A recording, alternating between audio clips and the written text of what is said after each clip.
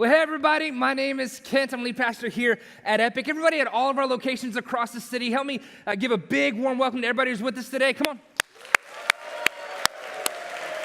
Roxborough, Center City, Fairmount, all of you here at Parkside, it's going to be a great day. Glad you guys are at church. Hey, here's something I know. There are the things that you know. Everybody knows something. There's the things that you know.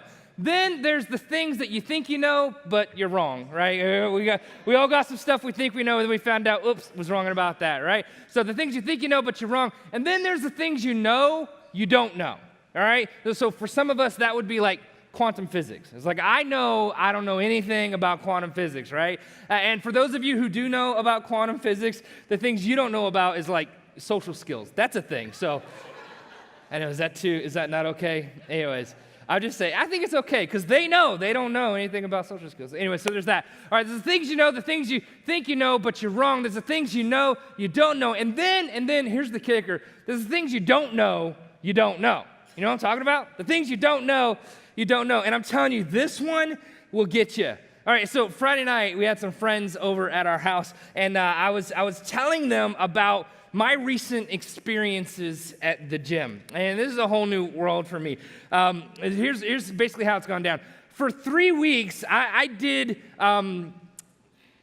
basically just laps around the track. That's all I did. I didn't do anything else. I just did laps around the track, and that was my thing. I was like, I'm just going to do that because I'm just trying to get into the habit. I was like, I am a person that goes to the gym. I'm like, not really, but I'm gonna try. We'll just keep doing this, right? So I would go and I'd do a bunch of laps, and then I'd call it a day. Well, I did that for 3 weeks. And then this past week, I graduated myself to the room with all the exercise equipment in it, right? Took a big step. This is a big deal. And here's the thing. I want to tell you my routine. Here's what I do. I do 10 minutes of stretching, right? Best part of the whole workout, the stretching. I'm basically sitting down, and I'm like, this is okay. So 10 minutes of stretching. And then I do 20 minutes of cardio, which is basically me just trying to survive 20 minutes with limited oxygen and lots of like flapping around. So that is happening, an excessive amount of jiggling going on, not acceptable. All right, so that happens for about 20 minutes. And then I wrap up with about 30 minutes of strength training. And so I'm telling our friends about this, tips there, and this other couple. And then I tell them this. There's one of the things that just makes no sense to me whatsoever about this whole gym thing is this. It's the whole wipe down the machine when you're done thing.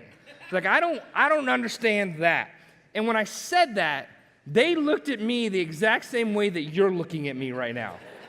Yeah, they were like, what doesn't make sense about wiping down the machine when you're done? Like, that makes complete sense. That makes total sense. So I explained. And here's what I said. I said, look, I don't understand how wiping down a machine with the same towel that I just wiped down my face with makes any sense whatsoever. And then they just started laughing hysterically because apparently I've been doing it wrong, right? So I now know that there are actually sanitized wipes and spray bottles and paper towels that are scattered throughout the gym like Easter eggs for you to find. And they are there for this very purpose, in order to wipe things down in a sanitary way, and that you should not use the towel that you wipe your face with to wipe the machine and then wipe your face again. I did not know. I had no idea, right? And so if you worked out on any of the machines at the Y this week, my bad. My bad. I apologize. You ever had a moment like that? You ever have a moment where you realize, oh, I didn't know what I didn't know? You ever have one of those moments? And because you didn't know what you didn't know, you're like, oh man, I was doing it wrong. I'm totally doing it wrong. I'm so excited about going back to the gym so I can find all these hidden wipes. I can't wait. It's going to be cool. It's going to be cool. Now, this has happened to me several times throughout my whole life. I want to share another one with you real quick. Not the whole story, but basically, here's the short version. I spent the first 33 years of my life not knowing how to sneeze properly. I had no idea that you had a choice as to whether the air that comes from a sneeze comes out of your nose or out of your mouth. I didn't know that was a thing. I thought the nose was the only option. So as you can imagine, that led to lots of messy situations. Lots of messy situations. And so it wasn't until recently when a friend of mine said, hey, why don't you sneeze out your mouth? And I just looked at him like, what? Like, he might as well have said, why don't you look out of your ears? It's like, because the ears don't do that. I didn't know the mouth had anything to do with a sneeze. And so, anyways, I've learned that, changed my whole life. That's a big deal. And I'm much better because of it, right? Here's the thing. I didn't know what I didn't know. And because of that, I wasn't doing it right. Several years ago, there was a study done of American Christians. And one of the questions that they asked these Christians, one of the things on the survey was this. Here's the question. What do you think the church exists for? Like, why do you think the church exists? And 86% of the people that they surveyed, they said this. They think that the church exists to meet the needs of Christians. That's what they think. The church exists to meet the needs of Christians, which in some ways kind of makes sense, right? Like, book clubs exist to meet the needs of book people. Motorcycle clubs exist to meet the needs of motorcycle people. Tennis clubs exist to meet the needs of tennis people. Cat lover clubs exist to meet the needs of weird people, right? This is true. This is absolutely true. I'm kidding. I do not want to upset all the cat people, right? Because they might rise up and send a passive-aggressive email, because that's what cat people do. They just send passive-aggressive emails. They're not very confrontational people by nature. Anyways, sorry. Let me help you out. Kent at epicchurch. Just go ahead and do what you're going to do. I can handle it. So I totally get why 86% of these American Christians that were surveyed, why they think that the church exists to meet the needs of church people. I mean, that really does kind of make sense. But that's not what Jesus taught.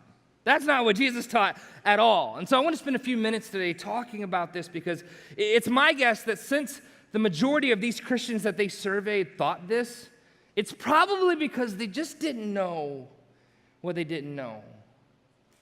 And I think that maybe that's why for so many years, when it comes to church, we've been doing it wrong. Because we just didn't know what we didn't know. So here we go, Mark chapter 2. Mark chapter 2, Jesus has an interaction with the church people of his day. And these church people have a problem with something that Jesus does. And Jesus' response to these people, Jesus' response to them having a problem with him, gives us a clue as to what it is that Jesus thought about why the church exists. So here we go, Mark chapter 2, starting in verse 15. Here's what the scripture says. It says, while Jesus was having dinner at Levi's house, many tax collectors and sinners were eating with him and his disciples, for there were many who followed him.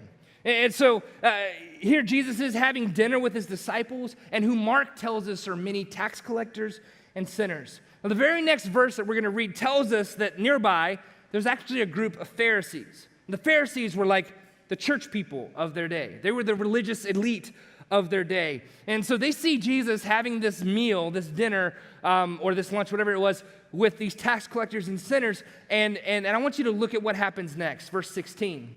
It says, when the teachers of the law, who were Pharisees, saw him eating with the sinners and tax collectors, they asked his disciples. Now notice they asked the disciples. They didn't ask Jesus. They didn't interrupt him. They pulled one of the disciples aside, and they were like, and here's what they said. They said, why does he eat with tax collectors and sinners? Why does he eat with those people? I was thinking about this passage of Scripture, and it reminded me of a scene out of a high school cafeteria, the lunchroom. Right, all the different lunch tables around. Like, you got the cool table over here with all the athletes and the cheerleaders, and I don't know, like maybe the mean girls, maybe they're part of that group over there, right? You got the cool table, they're all hanging out in one corner. And then over here in the other corner, you got the academic table, right? This is the table that's full of all the people who actually do know something about quantum physics. So that's the thing, they're over there. And then there's that table. You know what I'm talking about. Like, every lunchroom has one. There's that table that no one would be caught dead sitting at, because everyone knows that table is for those people.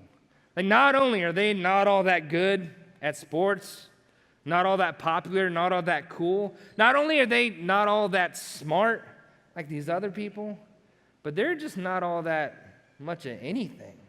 It's like the island of misfit toys there at that one table. And here in this scenario, I imagine, Jesus walks in the lunchroom, and for some reason, it's that table that he decides to sit down at and have his lunch. So everybody in the lunchroom is confused, and everybody's like, what is up with that? And then the church people table, which isn't far away, they're all confused. They're looking at each other, and one of them leans over and grabs one of Jesus' disciples and whispers to him, why is he sitting over there? Why is he sitting with those people? Verse 17.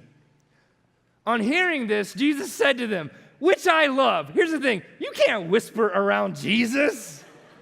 He's Jesus. He hears everything. It doesn't matter how quiet you said it. He'd be like, I heard that. He knows. He knows. So Jesus hears the whisper, and then I want you to see how it is that Jesus responds to their question. Here's what he says. He says, it's not the healthy who need a doctor, but the sick. And he said, I've not come to call the righteous, but sinners.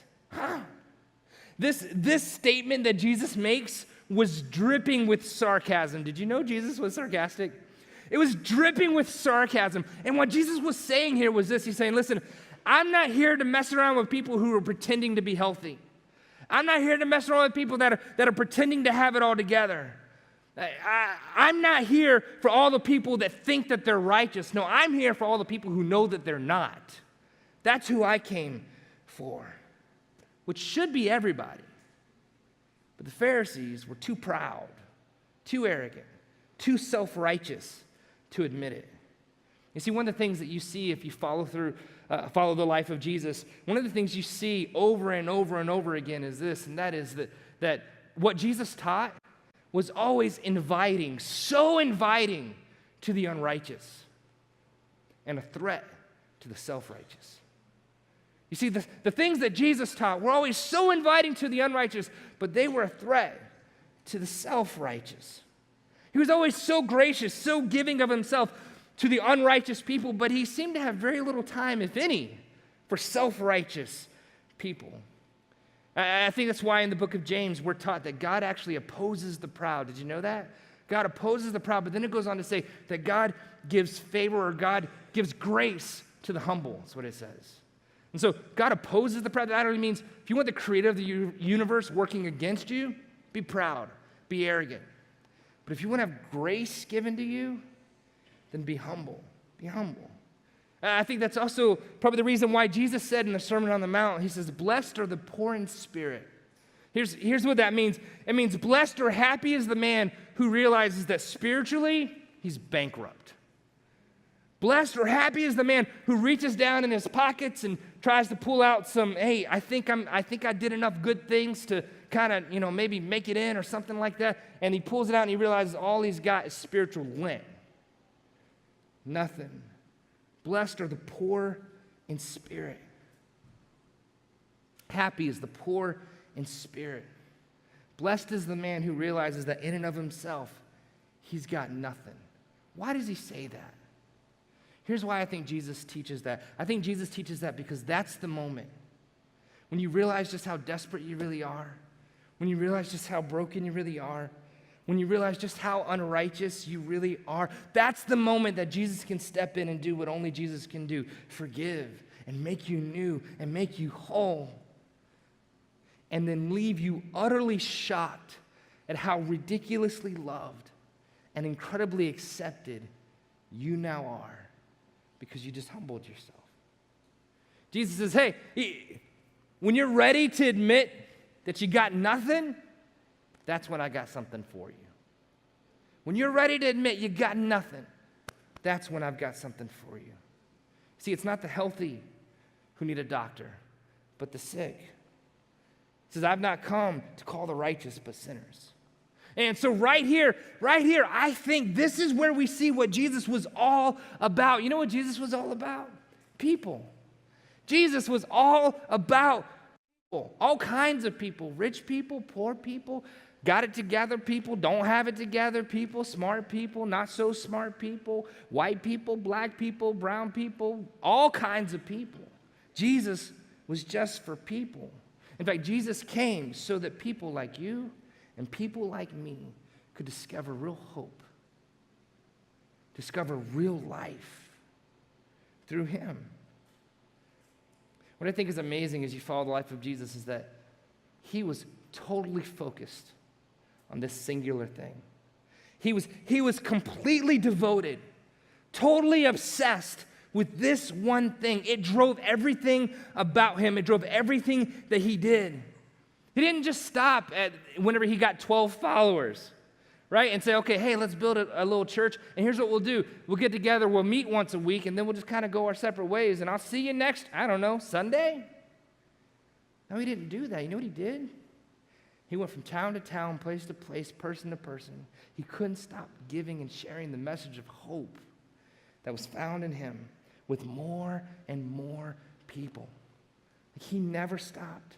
And everyone that followed him, he invited them in on what would become the greatest pursuit of their life, and that is helping other people find hope and life through Jesus too. I was thinking about that, and I was like, gosh, there had to be moments when the apostles looked at one another and they're like, don't we have enough disciples? Like the whole side of this hill is covered with crowds of people. Like we're done. Like we did it. Like whatever it is we came to do, done. Like do we have to keep telling more people? Like can't we stop this endless tour of town to town and city to city? Do we have to tell everybody? But Jesus never stopped. Jesus never quit. Jesus never lost sight of this thing that drove him in an uncommon way. Jesus never ever lost sight of this thing that allowed him or made him willing to give in uncommon ways in order to see more and more people find hope and life in him. I mean, I just think that if that's what Jesus was all about, then maybe that's what his church should be all about. Maybe that's what you and I should be all about. And so why does the church exist? Listen, the church does not exist for us. Like, I don't know if that's depressing or not. But the church does not exist for us. We are the church, and we exist for the world. It's one of the only institutions, one of the only organizations that exists not primarily for its members, but it exists for those who are not here yet. And that's been like a North Star for our church for all these years, that we exist for those who are not here yet. It's driven everything that we've done, right? With the time I have left, I want to show you a perfect example of how this thing that Jesus had, this desire he had to see more people know him, how this thing drove him to do uncommon things, make uncommon sacrifices. This is a great example. Over in Mark chapter 4, this is one of my favorite stories in Scripture, and hopefully by the end of it, it'll be one of yours favorite too. And if it's not, just lie to me when we talk later. Just be like, that was a good one. All right, so here we go. Mark chapter 4. This is pretty early on in Jesus' ministry, but by now, everybody had actually started to hear about the kinds of things that Jesus was doing. And so everywhere that Jesus went, there was a crowd. There were a lot of people, some looky-loos, some people that are like, no, I really do believe. Let me go see what's going on. So there's a big crowd of people that would gather to see what Jesus was up to. In fact, in this instance, so many people showed up to see what Jesus was doing that Jesus had to get in a boat and push off a little ways from the shore so that he could teach everybody that was there, so that his voice could be amplified and so that everybody could see him. So he's standing in this boat, he teaches all day long, and then when he's done teaching, I want you to look at what he says next. Mark chapter 4, starting verse 35, he says this: "That day, when evening came, he said to his disciples, 'Let's go over to the other side.'" Now, to us, that's no big deal. It's like, okay, Jesus decided, we're done here. Let's go someplace else. But to the disciples and to any other Jewish person that was there, this was a shocking statement because the other side, the other side was a place called the Decapolis. And the Decapolis was a Greek word that basically means 10 cities. And this was a region, this was an area that was known for being just kind of like sinful, kind of dark. This was the kind of place that had its own slogan, you know what I'm talking about? Right? Like what happens in Decapolis stays in Decapolis. Like, that's the kind of place that this was. In fact, many people think that whenever Jesus told the story of the prodigal son, the son who got his inheritance and then went off and squandered it away in wild living, just women and, life and going crazy, that this is the kind of place that he went, right? This is where that kind of a thing would happen. And so Jesus, this respected rabbi, wraps up his day of long teaching, and then he looks at his disciples. He says, you know what, guys? Let's go to Vegas. Like, let's do it. Let's do this. Here we go. So they load up the boat. They put this big sign on the back of it. It says, Decapolis or bust. And we're like, here we go. That is not what happened, but that's how it played out in my mind. Here's what I want you to see. No respected rabbi would have gone to Decapolis. Like, no respected rabbi would have been seen walking around Decapolis. But Jesus was always pushing through and loving past boundaries. Jesus was always pushing through and loving past boundaries that other people said he had to keep. Jesus just kind of pushed him aside. They just didn't bother him all that much. And I think the reason why Jesus was always willing to push past and through boundaries was because he loved the people that were on the other side of them. Because that's the thing that drove him more than anything else. Jesus busted through a boundary when he touched the man that was sick with leprosy. It was actually against the law to do that. Jesus didn't care. He loved that guy. Jesus pushed through boundaries when he spent time with the sinners and tax collectors here in this passage we looked at earlier. Jesus didn't care. He loved those people. He pushed through boundaries because he loved the people that were on the other side of them. And so Jesus is faced with another boundary. Those people in Decapolis, those ones you shouldn't be seen walking around with. And he says, you know what? Let's go to the other side.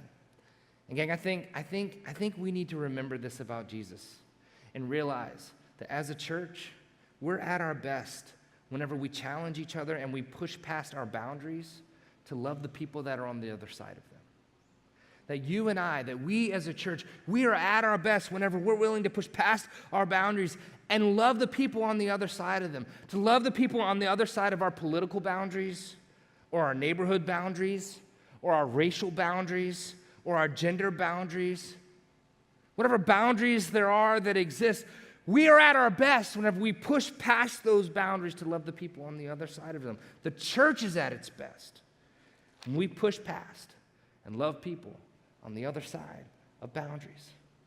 So they go to the other side. In Mark chapter 5, things get crazy.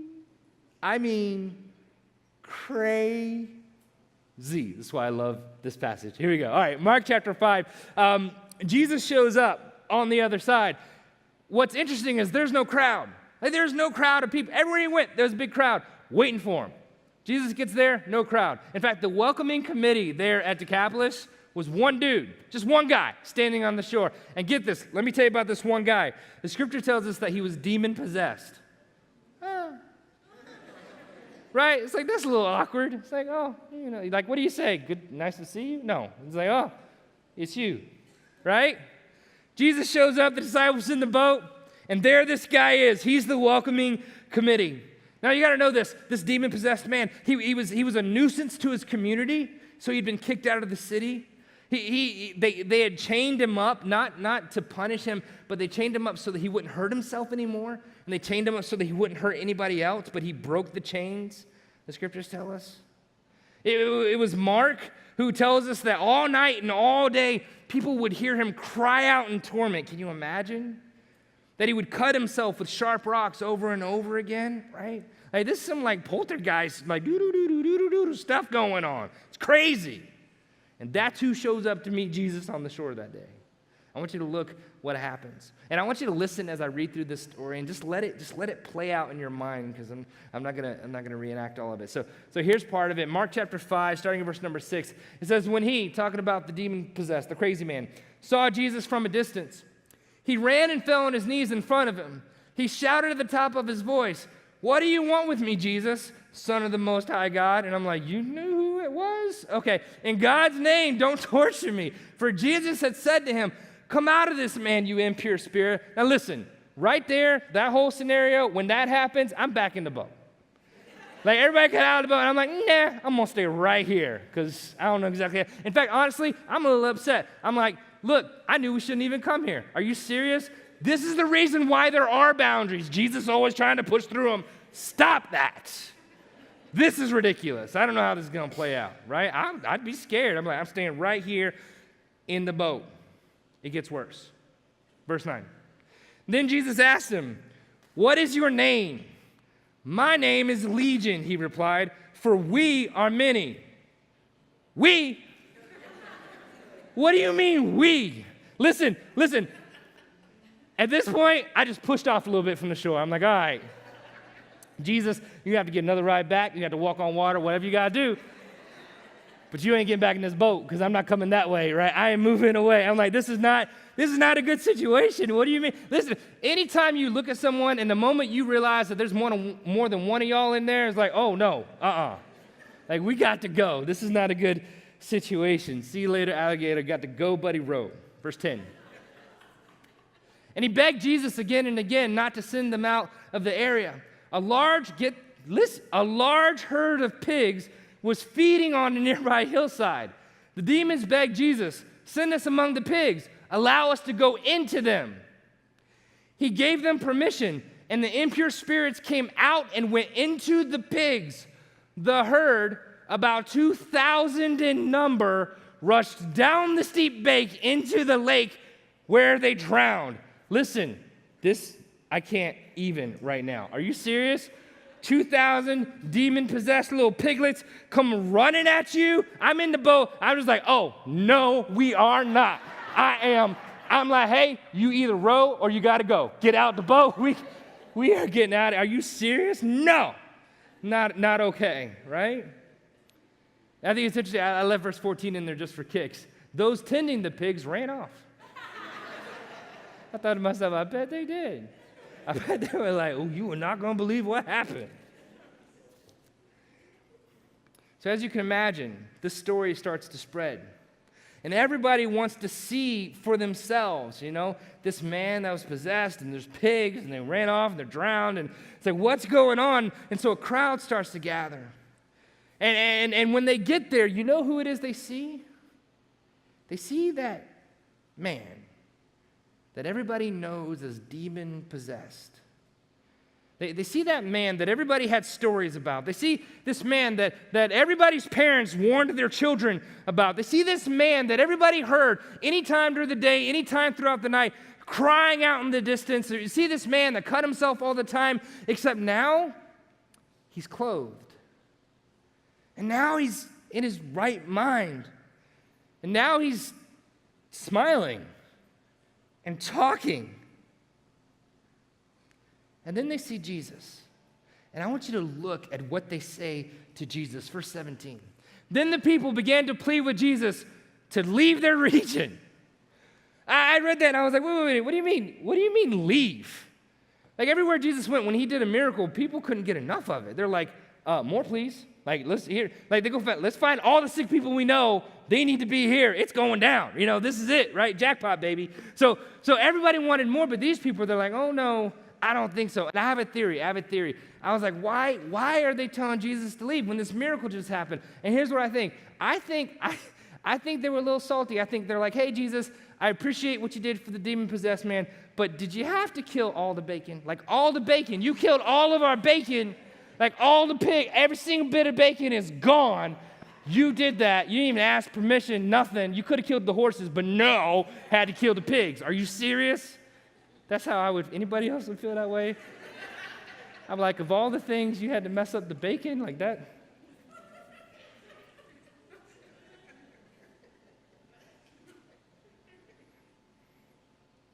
No, I think the real reason why they asked him to leave is because they were scared. They're like, we've never seen anything like this. Verse 18, as Jesus was getting into the boat, the man who was demon-possessed begged to go with him. The man who was out of his mind, who now all of a sudden is in his right mind. The man who's been made whole. The man who's experienced a miracle. He's like, please, Jesus, listen, can I go with you? You don't understand. I spent my whole life in darkness. I spent my whole life in bondage. But now I'm really free. I spent my whole life broken, but now I'm whole again. Can I go with you? I want to learn from you. I just want to be around you. I want to be with you. Can I go? You saved my life. You set me free. Can I go with you? Verse 19. Jesus did not let him.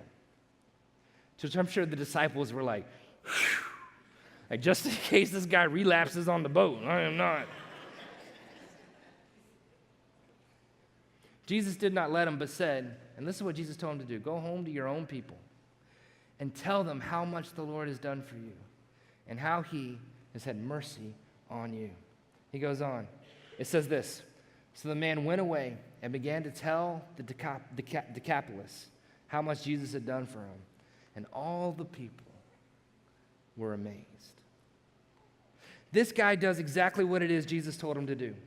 He leaves the boat that day, and he starts going city to city, place to place, person to person, anybody that would listen, and he starts telling his story. And I bet the conversation went something like this. Hey, you remember me, don't you? You're not going to believe what happened to me. Can I tell you the story? You remember how I used to be? Remember the things I used to do? Remember the places I used to go? Remember how crazy I was? You don't understand. I'm none of those things anymore. I've been radically transformed. Can I tell you what Jesus has done for me? Can I tell you how much he's changed my life? Can I tell you how I found hope? Can I tell you how I've been healed? Can I tell you what grace means to me and mercy means in my life? Can I tell you what's happened city to city to city, person to person to person? He goes telling his story. And then in Mark chapter 6 and 7 and over in Matthew chapter 15, something amazing happens. We don't know how much time has passed between that moment and this moment, but Jesus decides to go back to Vegas.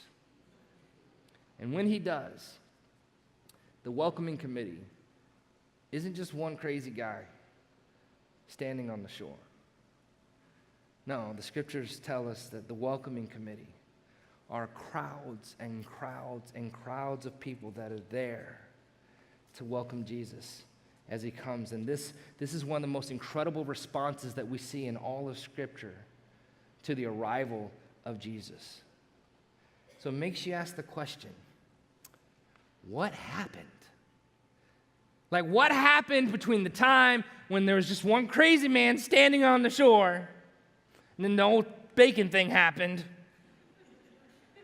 Jesus leaves, comes back, and now there are crowds and crowds and crowds of people as far as the eyes can see.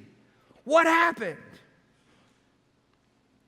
One guy was brave enough to tell his story.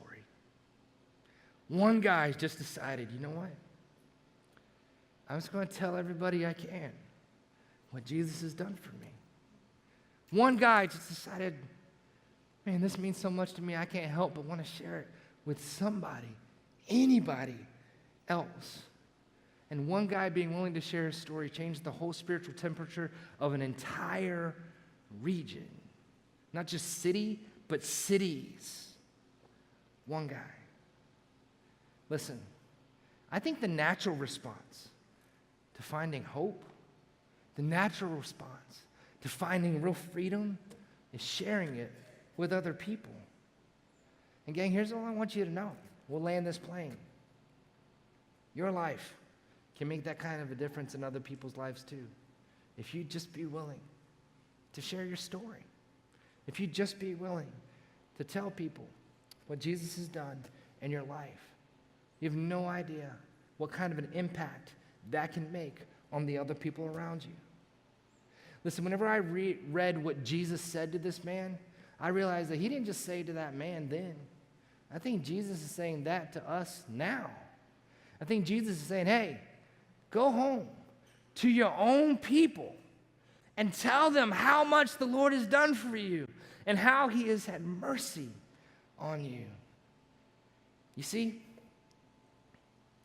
that's what Jesus says to every single one of us. Just be willing to tell your story whenever, however you can. See, I think we mess up when we get in our heads about it. I think we mess up when we start to overthink it. I think we mess up when we're like, I can't, nobody asked. I don't know if I can tell my story. Like I don't know enough Bible verses. Listen, you don't have to know any Bible verses to tell your story. All you need to know is your story. No, I don't know if I can do that. I mean, I don't have answers to everybody's questions. You don't have to know the answers to everybody's questions in order to tell your story. All you have to know is your story. No, I don't know if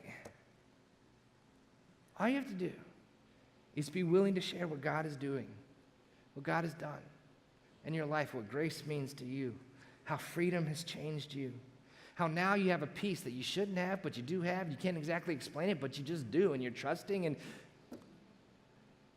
if you're just willing to share your story, oh, what God could do through a man, through a woman who'd do that. Listen, there are some of you that are here, and you know God is your healer because of what he's done in your marriage. There are some of you who you'd say, no, you know God is your deliverer because of what he's brought you up out of. There are others of you who you'd say, you know Jesus as a friend that sticks closer than a brother because of what he's walked with you through in your past. There are those of you who'd say, man, you know Jesus is your provider because of how he's met your needs along the way. So faithful. And there are those of you who'd say, yeah, I know Jesus. I know God is my comforter because he's been with me through every storm. Here's what I know about you. You have a story to tell. Tell it. You have a story to tell, and you have no idea who or what hangs in the balance of your decision to just share your story. You see, here's the thing. Once you have a faith of your own, the single most significant thing you can do with it is share it with someone else. We've been working in this series. We've been talking about the basics of faith, starting at the very beginning. And as we land the plane, I'm telling you, once you finally get to the place where you're like, you know what? I do believe that God is good. I do believe that God is great. I do believe I need him in my life. Once you're able to get to the place where you've discovered, you're able to put your hands around a faith of your own, the single greatest thing you can do with it is share it with someone else. Now, I also want to say this because I know there are others of you that are here who you're just kind of kicking the spiritual tires. Like you're part of Epic. You're like, I don't know about all that. Like, I don't know if I believe all that stuff, but yeah, some of it. At least the guy's funny. Now, here's my hope for you. My hope is that you just keep doing what you're doing, because one day I believe that you're going to have a story to tell of your own. And you have no idea the difference it's going to make in other people's lives as you get the opportunity to share that story. I believe that this thing that drove Jesus, that this thing that should drive his church, I think it could go from one crazy guy to crowds of people, to neighborhoods of people, to a city and beyond. And that's what we've seen over the last 10 years. And I'm believing that that's what we'll see in a greater way over the next 10.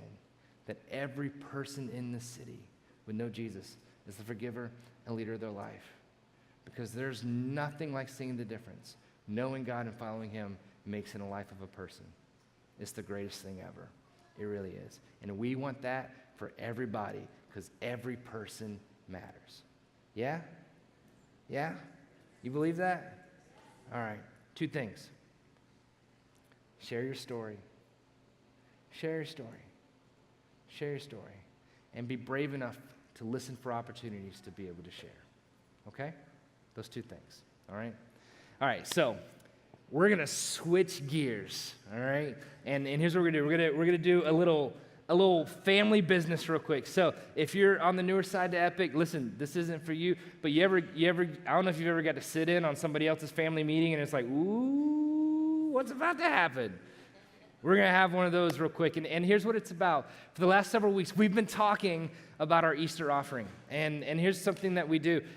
2 times a year, we ask everybody who's part of our church to give above and beyond their regular giving in order to help push the mission of our church further and faster. And this year, all the money that we're receiving today and over the next several weeks is going to go towards the launch of our 5th epicchurch location over in King of Prussia on September 15th this fall. We're so excited about that. Can't wait. It's going to be in a movie theater, so we're going back to our roots. For those of you that know, we actually started our church in a movie theater. I loved that. Right, listen, I'm not going to lie. When I smell popcorn, I'm like, church. That's what I think.